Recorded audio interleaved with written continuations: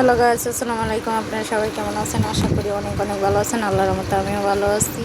দেখেন রাত 9:30 বাজে। এখন আমার আম্মু কি কাজ নিয়ে আসছে। এই যে ছোটো ছোটো মাছ কতগুলো নিয়ে আসছে। এগুলা কখন কোটা বাছা করবো, কখন কি করব। এখন এগুলা মাছ কি করবেন? এতগুলা মাছ নিয়ে আইছেন, ফ্রিজে রেখে দিবেন? আচ্ছা, যাই হোক, এখন 9:30 বাজে। এখন মাছ নিয়ে আসছে। এগুলা এখন তো সম্ভব না, কালকে এগুলা কাটবো এবং দেখা যাক কি করা যায়। এতগুলা মাছ নিয়ে এসে, ছোটো ছোটো মাছ আপনাদের সঙ্গে শেয়ার করলাম।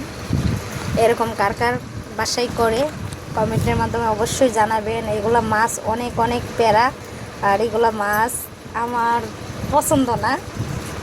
প্যারার জন্য না, ছোটো মাছ আমার কাটা লাগে। এই জন্যে বেশিরভাগ আমাদের রুমের সবাই ভালোবাসি আমরা পাঙ্গাস মাছ। আর পাঙ্গাস মাছের রেসিপি আমার ভিডিওতে অনেক অনেক দেখেন।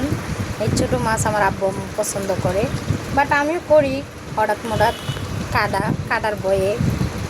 যাই হোক, এগুলা নিয়ে আসছে এবং এগুলা এখন 9:30 বাজে। এখন সম্ভব না, কালকে কোটা বাছা করবো, ফ্রিজে রেখে দিব।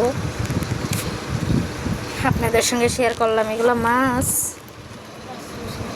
পাঁচমিশালি মাছ, এতটা খারাপ না। এগুলো মাছ অনেক স্বাদ। বোনা বোনা রান্না করলে অনেক বেশি ভালো লাগে, হয়তো কষ্ট হোক, বাট মাছটি অনেক বেশি স্বাদ, খাইতে অনেক বেশি ভালো লাগে। আমার আব্বু পছন্দ করে, আমরা পছন্দ করি কাটার বয়ে, কিন্তু বোনা খাইলে অনেক বেশি ভালো লাগে। কিন্তু কুটতে অনেক প্যারা, তাও কিছু না, প্যারা হইলে তো খাইতে হবে। যাই হোক, তো সবাই ভালো থাকবেন, সুস্থ থাকবেন। আল্লাহ হাফেজ।